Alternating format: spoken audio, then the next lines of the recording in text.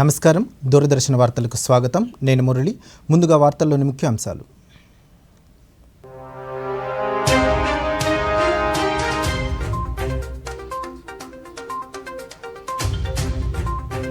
దేశ ప్రజలకు తొలి ఏకాదశి శుభాకాంక్షలు తెలిపిన ప్రధాని మోదీ, ముఖ్యమంత్రి చంద్రబాబు నాయుడు. పేదవారికి సహాయపడడానికి అందరం అంకితం కావాలని నరేంద్ర మోదీ పిలుపు.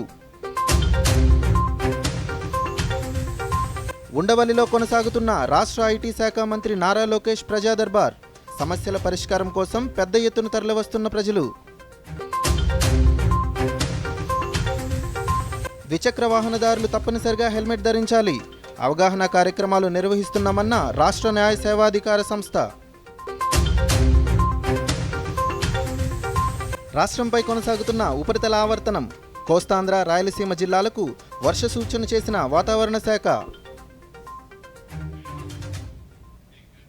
ఇప్పుడు వార్తల్లోని వివరాలు చూద్దాం. తొలి ఏకాదశి పర్వదినం సందర్భంగా దేశ ప్రజలకు ప్రధానమంత్రి నరేంద్ర మోదీ శుభాకాంక్షలు తెలియజేశారు. సుఖ సంతోషాలతో నిండిన ఆదర్శవంతమైన సమాజం నిర్మించడంలో విఠలుని ఆశీస్సులు అందరిపై ఉంటాయని సామాజిక మాధ్యమం ఎక్స్ వేదికగా పేర్కొన్నారు. ఈ పర్వదినం సందర్భంగా పేదవారికి సహాయపడడానికి మనమందరం అంకితం అవ్వాలన్నారు.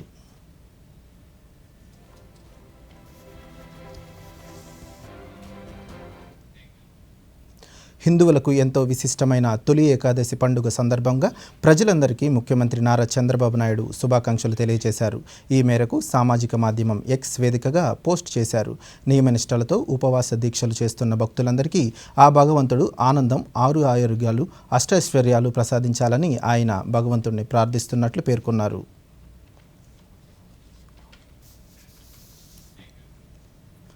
రాష్ట్ర ప్రయోజనాల కోసం దేశ రాజధాని ఢిల్లీలో పర్యటిస్తున్న ముఖ్యమంత్రి నారా చంద్రబాబు నాయుడు ఈరోజు తన అధికారిక నివాసంలో జరిగిన ప్రత్యేక పూజా కార్యక్రమంలో పాల్గొన్నారు. 1 జన్-10లోని అధికారిక నివాసంలో పండితులు పూజా కార్యక్రమాలు నిర్వహించి చంద్రబాబుకి ఆశీర్వచనాలు అందించారు.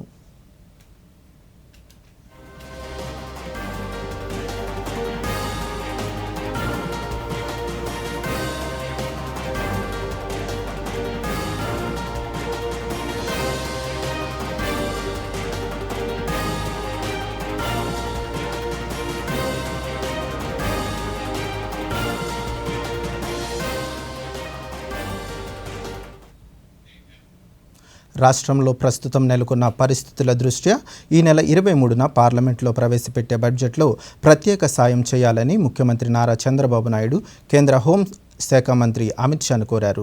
ఈ మేరకు ఢిల్లీలోని హోంమంత్రి నివాసంలో అమిత్ షాతో సమావేశమయ్యారు.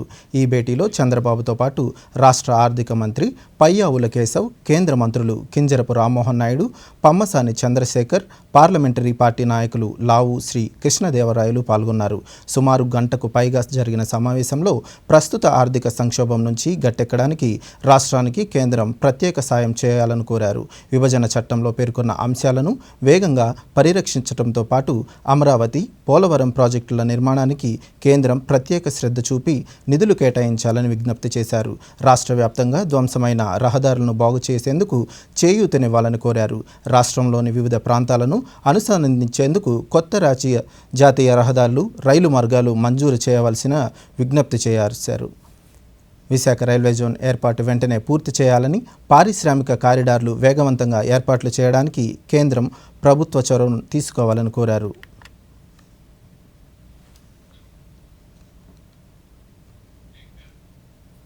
ప్రధానమంత్రి నరేంద్ర మోదీ సారథ్యంలో వికసిత్ భారత్ నిర్మాణం సాధ్యమవుతుందని కేంద్ర పశుసంవర్ధక, డైరీ, మత్స్యశాఖ మంత్రి ఎస్పీ సింగ్ బుగేల్ అన్నారు.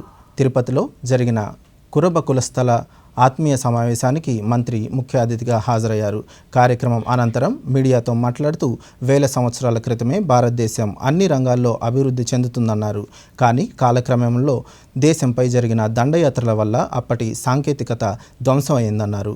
మరలా ప్రధాని మోదీ సారథ్యంలో దేశం వికసిత్ భారత్ వైపు శరవేగంగా పయనిస్తుందన్నారు. 100% we were Viksit, we are not, we will be. JL where make the television in 18th century, and we have the television 5000 back when the battle was happening in the Kurukshetra and Sanjay was watching in Hastinapur. and live telecast he was speaking to the blind Dhritarashtra. Wright brothers make the aeroplane in 19th century. We have the aeroplane 1 lakh year back, Pushpak, Ravan hijacked it. Now the fireproof jacket in Prahlad Buga and bulletproof jacket was Lord Karna's. So we were developed country. We are not, due to the slabness, due to the gulami of 1200 year, we will be in 2047. The foundation of that developed country put Modi in their 3 terms. kg wheat and rice, 80 crore people are taking. 12 crore take the Shauchalaya. More than 11 crore are taking the treatment due to in the Ayushman card, and 12 crore people are taking 6,000 rupees per day in Kisan Samman Nidhi. Annamayya జిల్లా మదనపల్లిలోని satsang foundation ఆధ్వర్యంలో నిర్మించిన ఆదినాథ్ శ్రీ గురు మహా Avatar Babaji ఆలయాన్ని కేంద్ర మంత్రి నితీష్ గడ్కరీ ప్రారంభించారు. అనంతరం జరిగిన ప్రత్యేక పూజా కార్యక్రమంలో ఆయన పాల్గొన్నారు. అంతకుముందు ఢిల్లీ నుంచి తిరుపతిలోని రేణిగుంట విమానాశ్రయానికి చేరుకున్న మంత్రికి అధికారులు ఘనస్వాగతం పలికారు.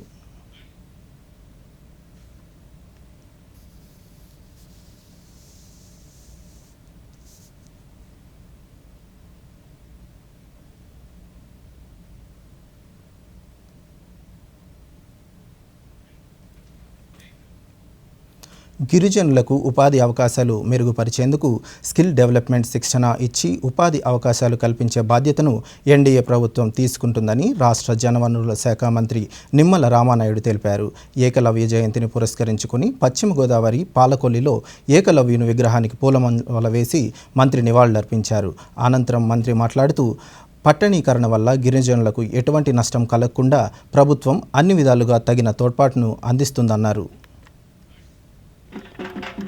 ప్రాంతాల్లో కానీ ఇటు మైదాన ప్రాంతాల్లో కానీ గతం నుంచి వచ్చేటువంటి ఏదైతే కుల వృత్తులు ఏవైతే కొన్ని ఉన్నాయో మరి కాలక్రమేణా అటువంటి కుల వృత్తులన్నీ కూడా వాళ్ళకి దూరం అవుతున్నటువంటి పరిస్థితుల్లో మళ్ళీ వాళ్ళ జీవనానికి ఎటువంటి ఇబ్బందులు లేకుండా ఆల్టర్నేటివ్గా మరి వాళ్ళకి కూడా మరి ఇతరత్ర మరి ఆ స్కిల్ డెవలప్మెంట్స్ ఏవైతే ఉన్నాయో వాటిలో వాళ్ళకి తర్ఫీదు ఇచ్చి తద్వారా వాళ్ళకి మంచి ఉపాధి అవకాశాలు ప్రతి పట్టణంలోనూ ప్రతి గ్రామంలోనూ కూడా వాళ్ళకి కల్పించేటువంటి బాధ్యత మరి ఎన్డీఏ ప్రభుత్వం తీసుకుంటుంది. అదేవిధంగా ఎవరైతే ఎస్టీ సోదరులు ఎవరైతే ఉన్నారో మరి వాళ్ళకి సంబంధించినటువంటి పిల్లలకు కూడా విద్యకు బాగా ప్రాధాన్యత ఇచ్చి ఆ విద్యలో కూడా వాళ్ళకి, ఎందుకంటే ప్రతి వ్యక్తి జీవితాన్ని మార్చగలిగేటువంటి శక్తి ఒక విద్యకు మాత్రమే ఉంటుంది కాబట్టి ఆ విద్యలో కూడా వాళ్ళకి ప్రాధాన్యతనిస్తాం. గత మరి ఏదైతే జగన్మోహన్ రెడ్డి ప్రభుత్వంలో ఎస్టీ కార్పొరేషన్ నిధులు కూడా మళ్లించేసి ఎస్టీ కార్పొరేషన్ ద్వారా ఒక్కరికి కూడా ఒక్క రూపాయి కూడా సాయం అందనేటువంటి పరిస్థితి గత 5 సంవత్సరాల పాలనలో చూసాం. కానీ ఈసారి మరి ఏకలవ్యుడు మరి ఆయన స్ఫూర్తితో చెప్తూ ఉన్నాం, ఎస్టీ కార్పొరేషన్కి నిధులు మరింత ఇచ్చి పటిష్టం చేసి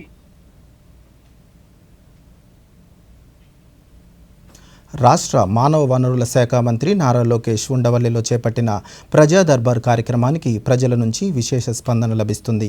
మంగళగిరి నియోజకవర్గం నుంచే కాకుండా రాష్ట్రంలోని వివిధ ప్రాంతాల నుంచి పెద్ద ఎత్తున ప్రజలు వచ్చి లోకేష్కి తమ సమస్యలను విన్నవించుకుంటున్నారు. వారందరి నుంచి ఓపికగా వింటున్న లోకేష్ సమస్యల పరిష్కారానికి హామీ ఇస్తున్నారు.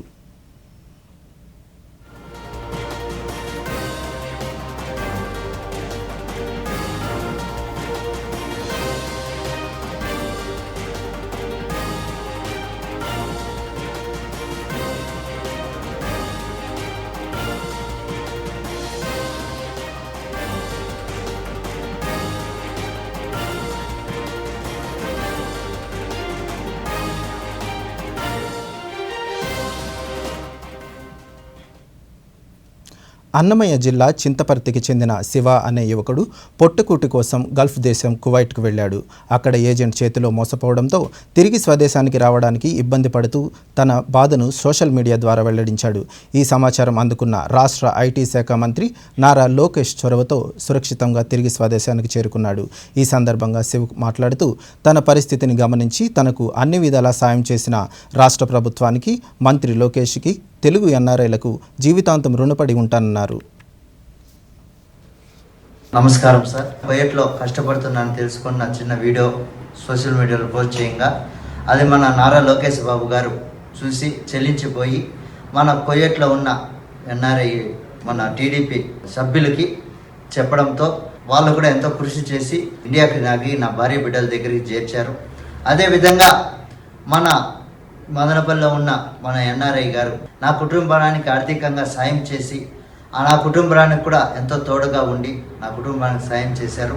అదేవిధంగా వాళ్ళకి మాకు ధన్యవాదాలు తెలియజేస్తూ మన నారా లోకేష్ బాబు గారు వాళ్ళకి మా ఊపిరి నుంచి చెప్పు మన చంద్రబాబు నాయుడు గారికి వాళ్ళ కుటుంబానికి మేము ఎంతో రుణపడి ఉంటామని మనస్ఫూర్తిగా కోరుకుంటూ ప్రతి ఒక్కరికి నాకు సాయం చేసిన ఎన్ఆర్ఐలకి ప్రతి ఒక్కరికి మన నారా లోకేష్ బాబు గారికి మా హృదయపూర్వక ధన్యవాదాలు తెలియజేస్తున్నాం.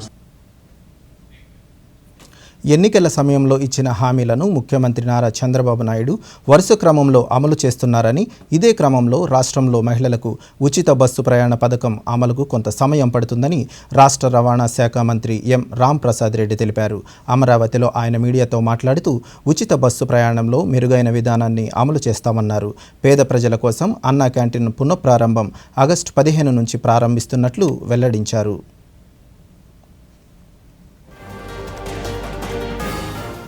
దీంట్లో ఈ రాష్ట్రంలోనే ఎందరో లక్షలాది మంది పేదల యొక్క కడుపు నింపే అన్నా క్యాంటీన్ల యొక్క పునర్ప్రారంభం గురించే ఇక్కడ క్యాబినెట్లో ఈరోజు చర్చ జరిగింది. అది కూడా అతి త్వరలోనే ఆగస్టు 15వ దినమున మరొక్కసారి తెలుగుదేశం పార్టీ అధికారంలోకి వచ్చిన తర్వాత పేదవాళ్లకు కడుపు నిండా భోజనం పెట్టే పథకాన్ని ముందు కంటే మెరుగ్గా ఈ రాష్ట్రంలో ప్రవేశపెట్టేదానికి మా క్యాబినెట్ నిర్ణయం తీసుకోవడం జరిగింది. ఇది చాలామంది పేదవారికి ఒక శుభవార్త కాబట్టి ఆగస్టు 15 దినమున జరుపుకుంటాం. అలాగే మీరందరూ ఏదైతే ఎక్స్పెక్ట్ చేస్తున్నారో ఉచిత ప్రయాణం అనేది మహిళలకు ఫేజ్ వైజ్ చేస్తున్నాం. 1వ తారీఖున పెన్షన్లు ఇవ్వడం జరిగింది. స్కిల్ డెవలప్మెంట్ కానీ స్కిల్ సెన్సెస్ అనేటివి తీసుకుంటున్నాం. అలాగే అన్నా క్యాంటీన్లు ఓపెన్ చేస్తున్నాం. ఇలాగా నిన్న ఉచిత ఇసుక ఇవ్వడం జరిగింది. ఇలాంటి పథకాలన్నీ ఫేజ్ వైజ్ చేస్తున్నాం. ఈ 35 రోజుల్లోనే మీరందరూ గ్రహించాలి. ఏ మాట అయితే ఆ రోజు ఎలక్షన్స్ ముందు తెలుగుదేశం పార్టీ నాయకులమైతేనే మా ప్రభుత్వం ఏర్పడిన తర్వాత చేస్తామన్నాము, అవి విడతల వారీగా రాష్ట్ర ప్రజలందరికీ అందించేదానికి మేము సిద్ధంగా ఉన్నాం. విభజన హామీలను అమలు చేయడంతో పాటు రాష్ట్రానికి ప్రత్యేక హోదాను సాధించే వరకు కేంద్రంపై రాష్ట్ర ప్రభుత్వం ఒత్తిడిని తీసుకురావాలని సిపిఐ రాష్ట్ర కార్యదర్శి రామకృష్ణ డిమాండ్ చేశారు. గుంటూరులో జిల్లా స్థాయి సిపిఐ జనరల్ బాడీ సమావేశం జరిగింది. సమావేశం అనంతరం రామకృష్ణ మీడియాతో మాట్లాడుతూ ల్యాండ్ టైటిలింగ్ యాక్టును రద్దు చేస్తూ ప్రభుత్వం తీసుకున్న నిర్ణయాన్ని స్వాగతిస్తున్నామన్నారు. ఉచిత ఇసుక పాలసీ కింద స్థాయిలో ఉండే దోపిడీలను ప్రభుత్వం అడ్డుకోవాలన్నారు. రాష్ట్రానికి ప్రత్యేక హోదాను సాధించే వరకు కేంద్రంపై తమ పోరాటం కొనసాగుతూనే ఉంటుందని స్పష్టం చేశారు. దేశ రాష్ట్ర రాజకీయ పరిస్థితులను వివరించి మరి కేడర్నంతా కూడా ఉద్యమాలకు సమాయత్తం చేస్తూ ఉన్నాం. మొన్న 13, 14, 15 తేదీల్లో మా పార్టీ జాతీయ కౌన్సిల్ సమావేశాలు ఢిల్లీ నగరంలో జరిగాయి. ఈ సమావేశాల్లో తీసుకున్న నిర్ణయాలను వివరించడంతో పాటు మన రాష్ట్రంలో జరుగుతున్న పరిణామాలపైన కూడా ఇవాళ అన్ని విషయాలు కూడా సమీక్ష చేయబోతూ ఉన్నాం. ఈ సమావేశాల్లో కేబినెట్ సమావేశంలో ఎన్నికల సందర్భంలో ఏవైతే వాగ్దానాలు చేశారో ఆ వాగ్దానాలపైన కూడా కేబినెట్ చర్చించడం అనేది చాలా సంతోషము. ప్రత్యేకించి రైతులందరూ కూడా ఇబ్బందిగా ఫీల్ అవుతున్నటువంటి ల్యాండ్ టైటిలింగ్ యాక్ట్ని రద్దు చేయాలని చెప్పి కేబినెట్ నిర్ణయించడాన్ని మేము కూడా స్వాగతిస్తూ ఉన్నాం. ఎందుకంటే ఈ ల్యాండ్ టైటిలింగ్ యాక్ట్ ఇచ్చినప్పుడే మేము మొదటి నుంచి కూడా వ్యతిరేకించాం. ప్రజా సంఘాలు వ్యతిరేకించాయి, రైతు సంఘాలు వ్యతిరేకించాయి, లాయర్లందరూ కూడా వ్యతిరేకించినా సరే జగన్మోహన్ రెడ్డి ప్రభుత్వం మూర్ఖంగా మొండిగా వ్యవహరించి దాన్ని డిఫెండ్ చేసుకున్నారు తప్ప విత్డ్రా చేసుకోవడానికి ముందుకు రాలేదు. ఈ ప్రభుత్వం దాన్ని ఇవాళ రద్దు చేస్తామనడాన్ని మేము కూడా హర్షిస్తూ ఉన్నాం. అదేవిధంగా ఉచిత ఇసుక పాలసీ ఏదైతే ఉందో ఆ ఉచిత ఇసుక పాలసీని కాంక్రీట్గా కింది స్థాయి వరకు అమలు చేయాలని కోరుతా ఉన్నాం. ఇప్పుడు వార్తల్లో చిన్న విరామం.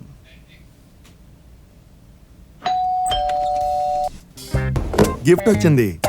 వారే వా, లెజెండ్ బ్యాట్ ఇది. దీంతో నేను ఆడతాను. అరే, ఫ్యూచర్ బ్యాటింగ్ లెజెండ్ ని నేను. దీని మీద ఎవరి పేరు రాసుంటే బ్యాట్ వాళ్ళకే దొరుకుతుంది. అరే యార్, చూసారా, దీని మీద నా పేరు రాసుండకపోతే ఎంత గొడవ అయిపోయేదో. అందుకే ఆర్బీఐ ఉంటుంది, బ్యాంక్ అకౌంట్ అయినా బ్యాంక్ లాకర్ అయినా మీరు కూడబెట్టిన డబ్బు మీరు నిర్ణయించిన వారికే అందేందుకు అందులో నామినీ పేరు తప్పకుండా నమోదు చేయండి. ఆర్బీఐ ఉంటుంది, విషయాలు తెలుసుకోండి, జాగరూకంగా ఉండండి. వార్తలకు తిరిగి స్వాగతం. రాష్ట్రంలో పారదర్శక పాలన అందించడమే లక్ష్యంగా ముఖ్యమంత్రి చంద్రబాబు నాయుడు, ఉప ముఖ్యమంత్రి పవన్ కళ్యాణ్ పనిచేస్తున్నారని రాష్ట్ర గనులు, ఎక్సైజ్ శాఖ మంత్రి కొల్లు రవీంద్ర అన్నారు. తిరుమల శ్రీవారిని మంత్రి ఈరోజు దర్శించుకున్నారు. అనంతరం మంత్రి మీడియాతో మాట్లాడుతూ గత 5 ఏళ్లు రాష్ట్రంలో అస్తవ్యస్త పాలన సాగిందన్నారు. దీనిని సరిచేసేందుకు చంద్రబాబు నాయుడు ప్రభుత్వం పనిచేస్తుందన్నారు.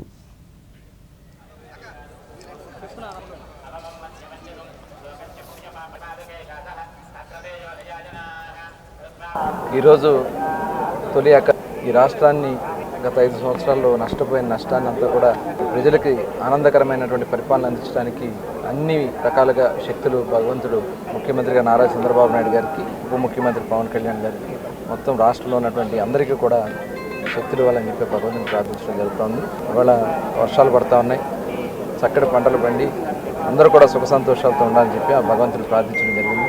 ప్రధానంగా 5 సంవత్సరాల్లో ఈ రాష్ట్రంలో జరిగినటువంటి అరాచకాలు కానీ, అన్యాయాలు కానీ, దోపిడీ కానీ సుస్పష్టంగా ఈ వైట్ పేపర్స్లో అందించడం జరిగింది. అసెంబ్లీ సమావేశాలు కూడా ప్రారంభం కాబోతున్నాయి. అసెంబ్లీ సమావేశాలు కూడా పూర్తయిన తర్వాత టోటల్గా ఇవన్నీ కూడా ప్రక్షాళన చేసుకోవాల్సినటువంటి అవసరం ఉంది. అన్ని డిపార్ట్మెంట్స్ని కూడా వాళ్ళ స్వార్థ రాజకీయాల కోసం, స్వార్థ సంపాదన కోసం టోటల్ డిపార్ట్మెంట్లన్నీ కూడా భ్రష్టు పట్టించారు, అస్తవ్యస్తం చేశారు, సిస్టమ్ మొత్తం కూడా కొలాప్స్ చేశారు. దానివల్ల రాష్ట్ర అప్పుల పాలైపోయింది. ఇవాళ ఆఫీసర్స్ అందరూ కూడా చాలా దాంట్లో ఇన్వాల్వ్ అయిపోయి వాళ్ళు కూడా వాళ్ళ సచ్ఛిలతను కోల్పోయే పరిస్థితికి వచ్చింది. ఆంధ్రప్రదేశ్ రాష్ట్ర న్యాయ సేవాధికార సంస్థ ఆధ్వర్యంలో గుంటూరు జిల్లా నేడపాడులోని హైకోర్టు ప్రాంగణంలో న్యాయవాదులకు హెల్మెట్ ధరించవలసిన ఆవశ్యకతపై అవగాహన సదస్సు నిర్వహించారు. ఈ కార్యక్రమంలో రాష్ట్ర న్యాయ సేవాధికార సంస్థ సభ్య కార్యదర్శి ఎం బబిత మాట్లాడుతూ హైకోర్టు ఆదేశాల మేరకు ద్విచక్ర వాహనదారులు హెల్మెట్ ధరించాలని కోరారు. హెల్మెట్ ధరించకుండా ద్విచక్ర వాహనం నడిపిన సుమారు 3,000 మంది గత సంవత్సరం ప్రాణాలు కోల్పోయారని, ఇది ప్రమాద తీవ్రతను తెలియజేస్తుందన్నారు.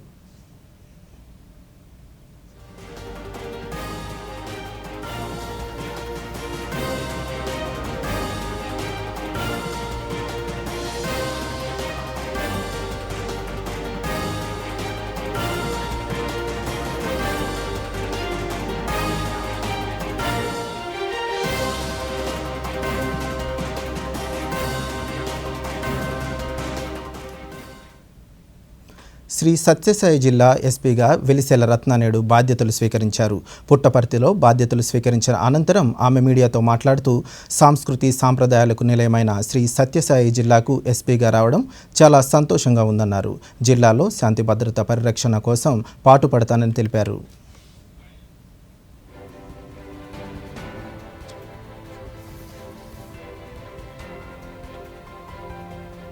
ఈ సత్యసాయి జిల్లా ప్రపంచవ్యాప్తంగా చాలా పేరు పొందినటువంటి ప్రత్యేకత కలిగినటువంటి ఒక జిల్లా. అది ఒకవైపున ఆధ్యాత్మికంగా, మరొక వైపున హెరిటేజ్ అండ్ కల్చర్ అంటే మన లేపాక్షి నంది, ఇంకొక వైపు సంస్కృతి సాంప్రదాయాలు ధర్మవరం. సో ఈ విధంగా ప్రపంచ ప్రసిద్ధి పొందినటువంటి విశేషాలు ఈ జిల్లాలో ఉండటం, ఈ జిల్లాలో పనిచేసేటువంటి అవకాశం నాకు కల్పించడం నేను నా అదృష్టంగా భావిస్తున్నాను. ఖచ్చితంగా ఇక్కడ ఉన్నటువంటి ప్రజలకి ఫెయిర్ అడ్మినిస్ట్రేషన్ అందించడానికి ఫెయిర్ పోలీసింగ్ చేయడానికి నేను కృషి చేస్తాను. అదేవిధంగా ప్రజలు మరియు అధికారులందరూ కూడా నాకు సహకరిస్తారని చెప్పి నేను భావిస్తున్నాను. సాధారణంగా మనం ఒక్క రోజులో నిర్ణయం తీసుకునేది కాదు. ఫస్ట్ జిల్లా గురించి పూర్తి అవగాహన తెచ్చుకోవాలి. ఏ ఒక్క సబ్ డివిజన్ కూడా ఇంకో సబ్ డివిజన్తో సంబంధం ఉన్నటువంటి పరిస్థితులు ఇక్కడ అనిపిస్తున్నాయి. ఒకవైపు కొంచెం ఫ్యాక్షన్, ఇంకోవైపు కమ్యూనల్ ఇష్యూస్, తర్వాత ప్లెయిన్ అంటే పుట్టపర్తి చాలా ప్రశాంతంగా ఉండడం. సో ఇట్లా ఒకే రకమైన పోలీసింగ్ ఇక్కడ చేయడానికి కుదరకపోవచ్చు అన్ని సబ్ డివిజన్లో. సో అక్కడున్న పరిస్థితులను బట్టి నీడ్ బేస్డ్ పోలీసింగ్ అనేది చేయాల్సిన అవసరం ఉన్నట్టుగా నాకు అనిపించింది. వైఎస్ఆర్ కడప జిల్లా నూతన ఎస్పీగా హర్షవర్ధన్ రాజు నేడు బాధ్యతలు స్వీకరించారు. తొలుత కడపలోని శ్రీ లక్ష్మీ వెంకటేశ్వర స్వామి ఆలయంలో ప్రత్యేక పూజలు నిర్వహించారు. అనంతరం ఎస్పీగా బాధ్యతలు చేపట్టారు. ఈ సందర్భంగా ఆయన మీడియాతో మాట్లాడుతూ వైఎస్ఆర్ జిల్లా ఎస్పీగా బాధ్యతలు స్వీకరించడం సంతోషంగా ఉందన్నారు. శాంతి భద్రతల పరిరక్షణే ధ్యేయంగా అందరి సహకారంతో పనిచేస్తానని తెలిపారు.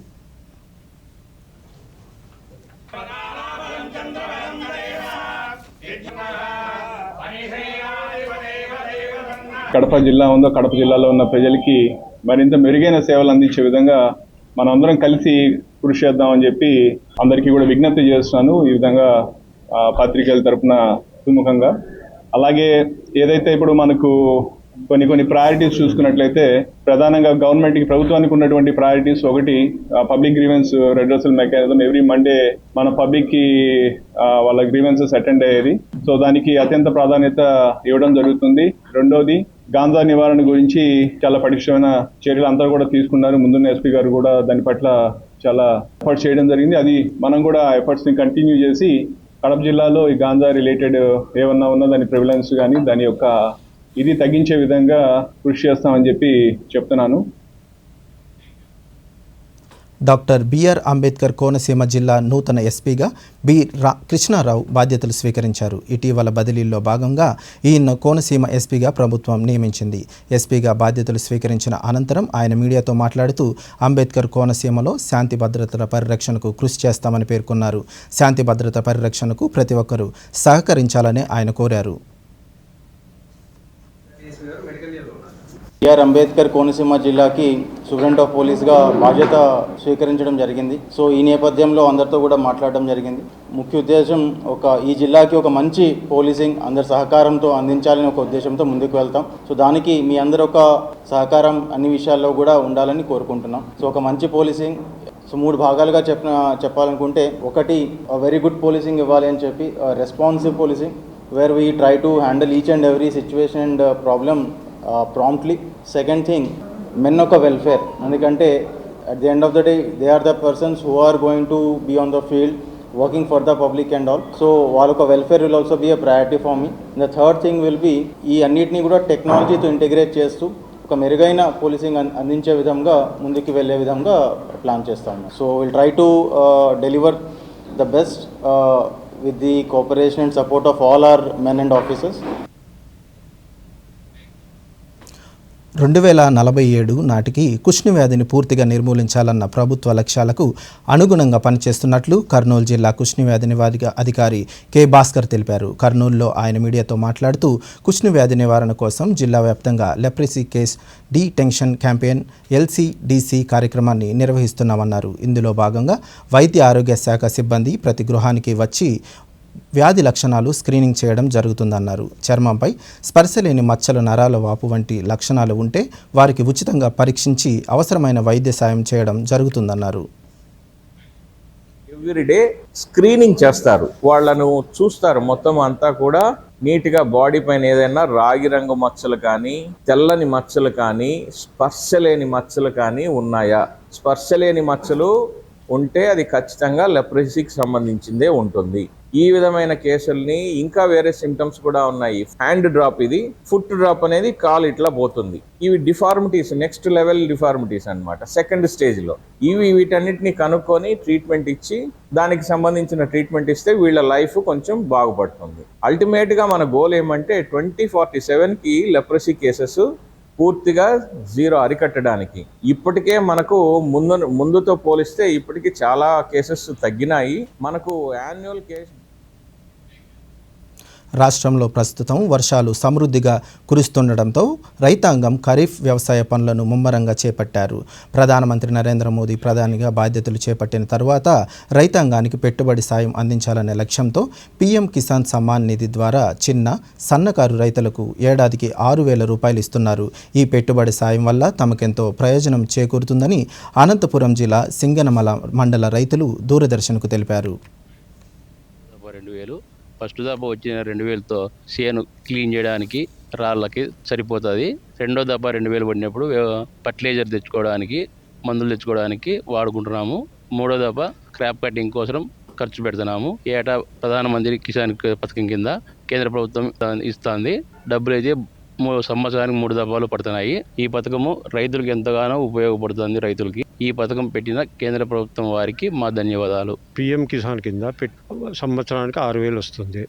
3 దఫాలుగా 2,000 పడుతుంది. మొదటి మిడత 2,000 వచ్చినప్పుడు భూమి దుక్కి దున్నడానికి దానికి ఉపయోగించుకుంటున్నాం. రెండో మిడత డబ్బులు వచ్చినప్పుడు విత్తన శుద్ధికి సంబంధించి ఎరువులు అట్లాంటివి తీసుకుంటున్నాము. మూడో మిడత కోతకు దేనికైనా ఉపయోగపడుతుంది. దీనివల్ల చాలా లాభం ఉంది. కేంద్రం నుండి పీఎం కిసాన్ కింద నాకు 6,000 రూపాయలు ఇస్తున్నారు. అది 3 విడతలుగా. ఈ సంవత్సరంలో రెండో విడత. ఇది ఫస్ట్ విడతతో రాళ్ళు, కంపలు ఇట్లాంటివి క్లీనింగ్ చేసుకునేదానికి ఉపయోగించినాము. ఇప్పుడు విత్తనాల కోసం. గోదావరిలో వరద ప్రవాహం ప్రారంభమైంది. గోదావరి పరివాహక ప్రాంతంలో ఎగువన కురుస్తున్న వర్షాలకు ధవళేశ్వరం బ్యారేజ్ వద్దకు వరద నీరు వచ్చి చేరుకుంది. దీంతో ధవళేశ్వరం బ్యారేజ్ నుంచి 70,000 క్యూసెక్ల వరద నీటిని దిగువ వదులుతున్నారు. పరివాహక ప్రాంతాల్లో వర్షం అధికంగా పడే సూచనలు ఉన్నాయన్న వాతావరణ శాఖ హెచ్చరికలతో వరద ప్రభావం పెరిగే అవకాశం ఉందని అధికారులు అంచనా వేస్తున్నారు. అయితే ప్రస్తుతం ఉన్న వరద ప్రవాహంతో నదీ పరివాహక ప్రాంతాల వారికి ఏ విధమైన ఇబ్బంది లేకున్నా రానున్న రోజుల్లో వరద ఉధృత పెరగవచ్చునని అంచనా వేస్తారు. గోదావరి వరదలకు సంబంధించి మా రాజమహేంద్రవరం ప్రతినిధి మూర్తి మరిన్ని వివరాలు అందిస్తారు. క్యూసెక్ల వరద నీటిని దిగువదులుతున్నారు. ఇది అంత ప్రమాదకరమైన పరిణామం అయితే కాదు. 70,000 క్యూసెక్లు అనేది సహజసిద్ధంగా వచ్చే వాటర్ ఫ్లోయే. అయితే ఇది 5 లక్షల క్యూసెక్లకు పెరిగితే మాత్రం కింద ఉన్న దిగువనున్న లంక గ్రామాలను అప్రమత్తం చేస్తారు. భారత వాతావరణ శాఖ ఇప్పటికే కొన్ని హెచ్చరికలు జారీ చేసింది. 18వ తారీఖు వరకు భారీ వర్షాలు పడే అవకాశం ఉందని తెలపడంతో అధికార యంత్రాంగం అయితే అప్రమత్తమైంది. గోదావరి క్యాచ్మెంట్ ఏరియాన అటు మహారాష్ట్రతో పాటు అటు ఏజెన్సీ ప్రాంతాల్లో కూడా విస్తారంగా వర్షాలు పడతాయని అంచనా వేస్తున్నారు. ఈ అంచనా ప్రకారమే అధికార యంత్రాంగం అప్రమత్తంగా ఉండి ఎప్పటికప్పుడు ఎగువనున్న ప్రాజెక్టుల్లోని ఇన్ఫ్లోస్ అవుట్ఫ్లోను పరిశీలిస్తూ వస్తున్నారు. ఇన్ఫ్లోస్ కనుక పెరిగే సూచనలు ఉంటే అటు ఉభయ గోదావరి జిల్లాల యంత్రాంగం కూడా అప్రమత్తం చేసే అవకాశం ఉంది. ఇక ఏజెన్సీలోని విలీన మండలాల్లో 4 మండలాలను ఇప్పటికే అధికార యంత్రాంగం అప్రమత్తమైంది. ఈ విలీన మండలాలకు సంబంధించి అల్లూరు సీతారామరాజు జిల్లా కలెక్టర్ అయితే ఐటీడీఏ చింతూరులో ఒక ప్రత్యేక సమావేశం ఏర్పాటు చేసి ఇప్పటికే రివ్యూ కూడా నిర్వహించారు. అటు వరద ఉధృతి కనుక పెరిగితే అటు పునరావాస కేంద్రాలకు ఏజెన్సీ వాసులను తరలించాలని అదేవిధంగా వరద ప్రభావం ఎదుర్కొనేందుకు అధికార యంత్రాంగం అంతా సిద్ధంగా ఉండాలని ఇప్పటికే ఆదేశాలు ఇచ్చున్నారు. మూర్తి, దూరదర్శన్ న్యూస్, రాజమహేంద్రవరం. రాష్ట్రంపై ఉపరితల ఆవర్తనం కొనసాగుతుంది. ఈ ఉపరితల ఆవర్తనానికి తోడు బంగాళాఖాతంలో అల్పపీడనం ఏర్పడినందున భారత వాతావరణ శాఖ తెలిపింది. వీటి ప్రభావంతో రాగల 2 రోజుల పాటు కోస్తాంధ్ర, రాయలసీమ ప్రాంతాల్లో పలు జిల్లాల్లో ఉరుములు, పిడుగులతో కూడిన వర్షం కురిసే అవకాశం ఉందని అమరావతిలోని భారత వాతావరణ విభాగ శాస్త్రవేత్త సగిలి కరుణ్ సాగర్ తెలిపారు. గరిష్టంగా విజయనగరంలో 6 సెంటీమీటర్ల వర్షపాతం నమోదు కావడం జరిగింది. ఇక ఈరోజు చూసినట్లయితే రుతుపవన ద్రోణి ఇప్పుడు జైసల్మేర్, కోట, గుణ, నర్సింగపూర్, రాజ్నంద్గావ్, కళింగపట్నం వీటి మీదుగా మధ్య బంగాళాఖాతంకి తూర్పుగా కొనసాగుతూ సగటు సముద్ర మట్టానికి 1.5 కిలోమీటర్ల ఎత్తు వరకు విస్తరించి ఉంది. రాబో 5 రోజులు కూడా మనకు కోస్తాంధ్రప్రదేశ్లో విస్తారంగా వర్షాలు రావడానికి అవకాశం ఉంది. అలాగే రాయలసీమలో మనకు తేలికపాటి ఒక మోస్తారు వర్షాలు కొన్ని చోట్ల కురవడానికి అవకాశం ఉంది. ఇక రాబో 5 రోజులు కూడా అనగా 17, 18, 19, 20, 21 ఈ రాబో 5 రోజులు కూడా మనకు కోస్తాంధ్రప్రదేశ్ మరియు రాయలసీమ ప్రధానమంత్రి నరేంద్ర మోదీ తన మనసులోని భావాలను దేశ ప్రజలతో పంచుకునే మన్ కీ బాత్ కార్యక్రమం ఈ నెల 28వ తేదీ ఆదివారం ఉదయం 11 గంటలకు ప్రసారం అవుతుంది. ప్రజలు తమ అభిప్రాయాలను నమో యాప్ ద్వారా కానీ స్వర సందేశాలనైతే 18011178000 నెంబరుకు ఈ నెల 26వ తేదీలోగా పంపవచ్చు. అలాగే www.mygov.in వెబ్సైట్ ద్వారా కానీ 1922 నెంబర్కు మిస్డ్ కాల్ ఇవ్వడం ద్వారా తిరిగి మన మొబైల్కు వచ్చే సంక్లిప్త సందేశంతో లింక్ ద్వారా కూడా అభిప్రాయాలను తెలియజేయవచ్చు. ఆకాశవాణి సమన్వయంతో దూరదర్శన్ ఛానళ్లు మన్ కీ బాత్ కార్యక్రమాన్ని ప్రసారం చేస్తాయి. ఈ కార్యక్రమం తెలుగు అనువాదం వెనువెంటనే దూరదర్శన్ సప్తగిరిలో ప్రసారం అవుతుంది.